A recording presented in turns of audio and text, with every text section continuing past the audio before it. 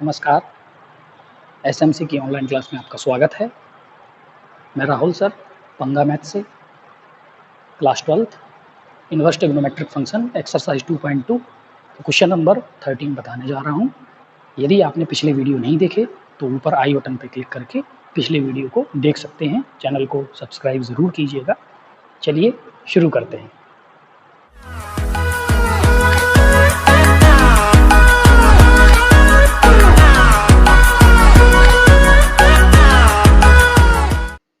आज मैं आपके लिए क्वेश्चंस लाया हूं। आप इनको जल्दी से हल करें और अपने आंसर्स को कमेंट बॉक्स में भेजें। मैं सभी सही आंसर्स भेजने वाले स्टूडेंट का नाम नेक्स्ट वीडियो में अनाउंस करूंगा। आंसर्स के साथ अपना नाम भी लिखिएगा। तो आपके लिए गुड लक। जल्दी से इन 3 सवालों को हल करके इनके आंसर्स भेजिए। राइट, तो बढ़ते हैं हम लोग क्वेश्चन नंबर 13 की ओर। क्वेश्चन नंबर 13 है tan half into sine inverse 2x upon 1 plus x square plus cos inverse 1 minus y square upon 1 plus y square. आप ध्यान दीजिएगा, ये 2x upon 1 plus x square sine, ये जो वैल्यू है ये साइन 2 थीटा बराबर 2x की जगह पे अगर आप tan थीटा रखोगे तो 2 tan theta upon 1 plus tan square theta, 2 tan theta upon 1 plus tan square theta sine 2 theta की जगह पे होती है। तो हमने रिप्लेस क्या कर दिया, हमने x बराबर रख दिया tan थीटा। x बराबर क्या रखा हमने, tan थीटा, राइट। और यहाँ पे आप देखिएगा cos 1 minus y square upon 1 plus y square, ये cos 2 थीटा की वैल्यू होती है 1 minus tan square theta upon 1 plus tan square theta. मतलब यहाँ पे अगर हम y बराबर tan फाई रख देते हैं तो क्या होगा, तो ये वैल्यू क्या हुई, tan 1 अपॉन 2, ये हुआ sine inverse 2 tan theta upon 1 plus tan square theta plus cos inverse 1 minus tan square phi upon 1 plus tan square phi. Alright, तो ये हुआ tan half into sine inverse. ये जो वैल्यू है वहां से आपको पता चल रही है कि ये साइन 2 थीटा की वैल्यू है, प्लस ये जो वैल्यू है, ये आपको वहां से क्या दिख रही है, ये जो वैल्यू है ये आपको दिख रही है cos 2 फाई की वैल्यू। तो आप देखिए ये हुआ tan 1 अपॉन 2 और ये इनवर्स खत्म हो गया तो ये बचेगा 2 थीटा प्लस ये इनवर्स और ये इनवर्स खत्म हुआ तो ये बचा 2 फाई। तो ये हुआ tan 1 अपॉन 2 इंटू इन दोनों में से 2 कॉमन ले लिया तो ये थीटा प्लस फाई, तो 2 से 2 कट गया तो ये क्या बचा, tan into theta plus phi. ठीक है, tan थीटा प्लस फाई। बात समझ में आ रही। अब आप देखिए हमने यहां से वैल्यू रखी, अगर x बराबर tan थीटा तो थीटा बराबर क्या हो जाएगा, थीटा बराबर हो जाएगा tan इनवर्स x, और यहाँ पे फाई बराबर क्या हो जाएगा, फाई बराबर हो जाएगा tan इनवर्स y। ये हमने वैल्यू रख दी तो ये हो गई tan inverse x plus tan inverse y। और हम जानते हैं tan inverse x plus tan inverse y बराबर होता है tan inverse x plus y upon 1 minus x y. तो ये tan है, ये tan इनवर्स है, ये दोनों भी लेफ्ट हो गए तो हमें रिजल्ट जो बचा 1 plus y upon 1 minus x y. ये हमारी रिजल्ट है, ये हमारा आंसर है। इस तरीके से सवाल की वैल्यू निकल आई। क्वेश्चन नंबर 14 की ओर बढ़ते हैं। क्वेश्चन नंबर 14 है sine inverse 1 upon 5 plus cos inverse x is equal to 1। तो हमें एक्स की वैल्यू फाइंड करना है। ठीक है, बड़ा इजी क्वेश्चन है। क्या करेंगे, साइन को हम उस तरफ भेज देंगे तो ये बचेगा क्या, sign inverse 1 upon 5 plus cos inverse x बराबर, इसको उस तरफ भेजेंगे तो ये हो जाएगा साइन इनवर्स 1। ठीक है, और साइन इनवर्स 1 किसका मान होता है, 1 मतलब पॉजिटिव है, और साइन हमेशा कहाँ से कहाँ होता है, साइन होता है -π/2 से +π/2 के बीच में, साइन होता है -π/2 से +π/2। इसका मतलब क्या है, साइन या तो पहले चतुर्थांश में वैल्यू आनी पड़ेगी, चाहिए पड़ेगी, या फिर चौथे चतुर्थांश में उसकी प्रिंसिपल वैल्यू। पहले चतुर्थांश में सारी पॉजिटिव वैल्यू लेते हैं साइन, और चौथे चतुर्थांश में नेगेटिव वैल्यू। कौन सी वैल्यू लेते हैं, नेगेटिव वैल्यू। तो ये साइन पॉजिटिव वैल्यू का है, इसका मतलब हमें पहले चतुर्थांश का चाहिए। तो पहले चतुर्थांश में 1 किसकी वैल्यू होती है साइन की, π/2 की। तो ये वैल्यू हो गई आपकी π/2। तो ये हुआ sine inverse 1/5 plus cos inverse x बराबर ये। ठीक है, तो हमने क्या किया, इसको कर दिया ट्रांसफर। तो हुआ कॉस इनवर्स x बराबर π/2 माइनस के साइन इनवर्स 1/5। अब आप फॉर्मूला इसको देखो, sine inverse x plus cos inverse x बराबर होता है π/2। अगर आप कॉस इनवर्स x बराबर देखोगे तो ये π/2 माइनस के साइन इनवर्स x, मतलब π/2 माइनस साइन इनवर्स के साथ जो x है ये वैल्यू कॉस इनवर्स x हो जाती है। तो π/2 माइनस साइन इनवर्स 1/5 है, तो ये वैल्यू हो जाएगी कॉस इनवर्स 1/5। किसकी बात है ये है कॉस इनवर्स x। इन दोनों के कंपेयर करने से आपको पता चल रहा है कि x बराबर 1/5, ये इसका रिजल्ट हो गया। तो ये क्वेश्चन नंबर 14। ठीक है, क्लियर? यस, बढ़ते हैं अगले क्वेश्चन की ओर। क्वेश्चन नंबर 16 बोल रहा है कि इसकी वैल्यू निकालनी है, किसकी वैल्यू, साइन इनवर्स साइन 2π/3। ठीक है, 2π/3 साइन 2π/3। अब सोचिएगा 2π/3, देखिए आप यहाँ पे 2π/3, 2π/3 का मतलब होता है 120 अंश। ठीक है, 120 अंश, इसकी वैल्यू हुई 120 अंश। तो साइन इनवर्स, ठीक है, 120 कौन से चतुर्थांश में होता है, 120 किस चतुर्थांश में होता है, 120 होता है दूसरे चतुर्थांश में, और साइन जो है वो दूसरे चतुर्थांश में होता है पॉजिटिव। ठीक है, तो 120 की वैल्यू उतनी ही होती है जितनी वैल्यू होती है 60 की। तो इसका मान आएगा √3/2। ठीक है, पॉजिटिव √3/2। अब जरा देखिए, ये साइन इनवर्स √3/2, और मैंने आपको बताया था कि साइन के साथ अगर पॉजिटिव चीज हो, साइन के साथ अगर पॉजिटिव चीज तो पहले चतुर्थांश की वैल्यू आती है, और साइन के साथ अगर नेगेटिव वैल्यू हो तो वो चौथा चतुर्थांश में आती है। तो साइन के साथ पॉजिटिव चीज है, ठीक है, पॉजिटिव चीज है तो पहले चतुर्थांश में, तो पहले चतुर्थांश में आप देखिए √3/2 साइन में कितने अंश का मान होता है, तो वो 60 अंश का मान होता है। तो इसकी वैल्यू हो जाएगी π/3। ठीक है, और ये π/3 काय के बीच में है, ये π/3 किस किस के बीच में है, π/3 माइनस के π/2 और प्लस π/2 के बीच में है। ठीक है, तो ये आपका आंसर हो गया। अब जरा देखते हैं इसको,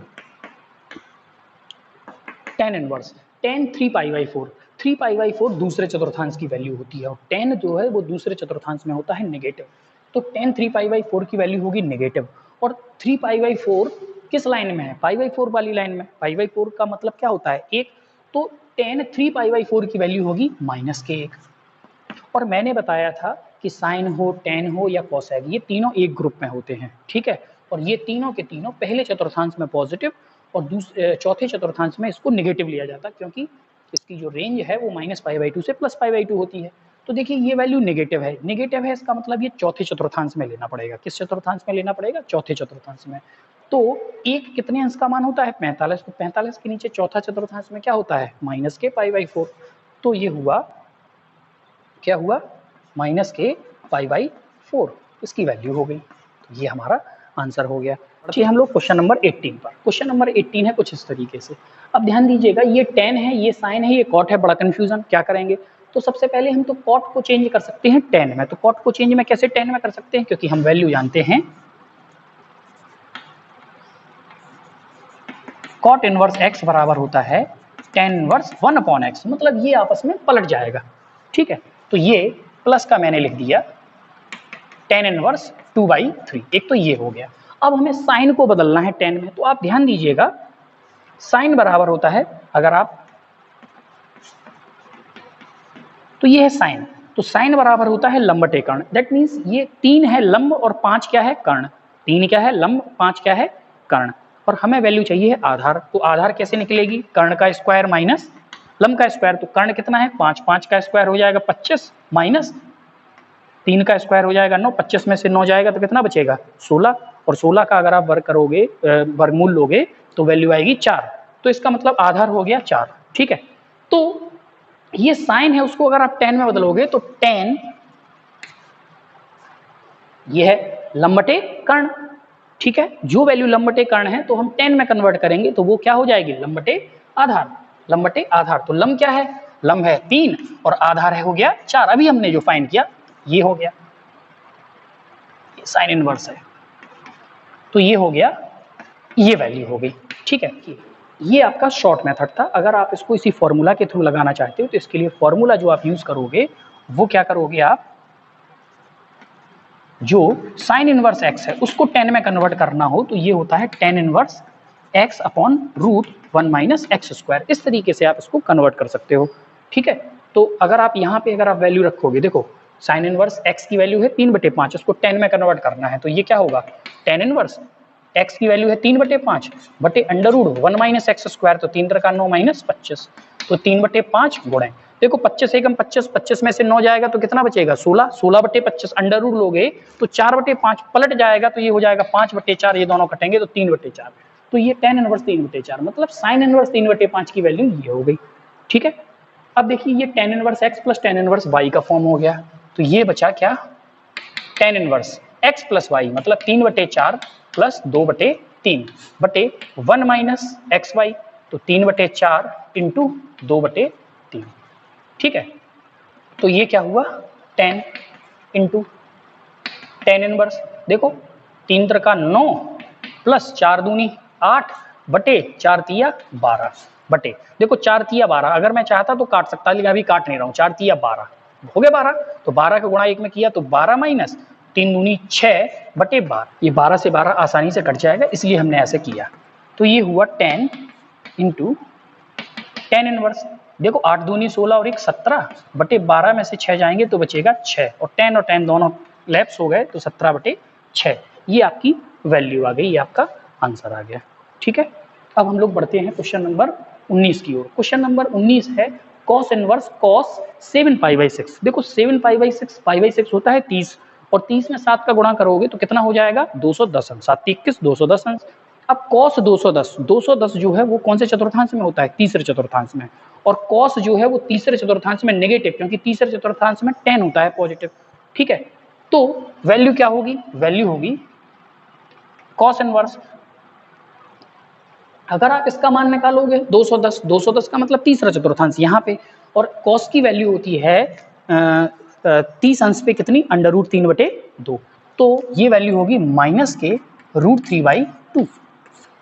ठीक है, अब देखो cos क्या है, नेगेटिव, और मैंने अभी थोड़ी देर पहले बताया था कि जो नेगेटिव वैल्यू होती है cos के लिए, cot के लिए, sec के लिए, वो 0 से पाई में बिलोंग करती है। दैट मीन्स या तो पहला चतुर्थांश या दूसरा चतुर्थांश, पहले चतुर्थांश में पॉजिटिव और दूसरे चतुर्थांश में नेगेटिव, तो ये नेगेटिव वैल्यू है, तो ये नेगेटिव वैल्यू हमें दूसरे चतुर्थांश में लेना है। ठीक है, और दूसरे चतुर्थांश में अगर हम लेंगे तो वो वैल्यू क्या होगी, देखिए cos inverse under root 3/2, under root 3/2 30 अंश का मान होता है π/3 का, तो दूसरे चतुर्थांश में ये 5π/6 कहलाता है। कितना कहलाता है, 5π/6, तो ये वैल्यू हो जाएगी आपकी 5π/6। क्यों, 5π/6 का मतलब क्या हुआ, 150 अंश। ठीक है, तो cos 150 देखो देखो 0 से पाई पहले दूसरे चतुर्थांश में है ना, दूसरा चतुर्थांश 90 से 180 के बीच में, तो 90 से 180 के बीच में ये वैल्यू आ गई, तो ये आपका रिजल्ट हो गया।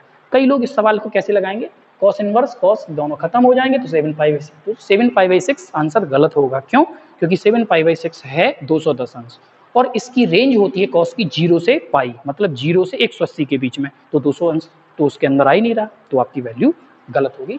तो ये है इसका सही आंसर। क्लियर, बढ़ते हैं क्वेश्चन नंबर 20 की ओर। क्वेश्चन नंबर 20 है sine π/3 minus sine inverse minus के 1/2। तो हम क्या लगाएंगे इसको, क्वेश्चन को, साइन ये π/3 हो गया माइनस के, देखिए साइन इनवर्स माइनस के हाफ, माइनस के हाफ का मतलब क्या है, ऋणात्मक वैल्यू, और साइन की ऋणात्मक वैल्यू चौथे चतुर्थांश में ली जाती है। ठीक है, अब 1/2 कितने का मान होता है, 30 अंश का, तो चौथे चतुर्थांश में 30 कितना होता है, माइनस का 30, और माइनस 30 को बोलेंगे माइनस के π/6, तो ये वैल्यू हो जाएगी माइनस के π/6। ठीक है, अब देखिए साइन ये हुआ π/3 और माइनस माइनस हो गया प्लस π/6, और आप जानते हो π/3 का मतलब कितना है, π/3 का मतलब कितने अंश है, 60 अंश है, और π/6 का मतलब कितना है, 30, दोनों को जोड़ोगे तो 60 और 30 हो जाएगा 90, और 90 को लिखते हैं डायरेक्टली, हमने लिख दिया π/2। आप चाहो तो इनका एलसीएम ले सकते हो, तो इनका एलसीएम आ जाएगा 6, 3 दूनी 6, 2π प्लस सिंगल पाई, तो ये 3π/6, तो 3 से 6 दो बार कट जाएगा, तो ये π/2 आ जाएगा।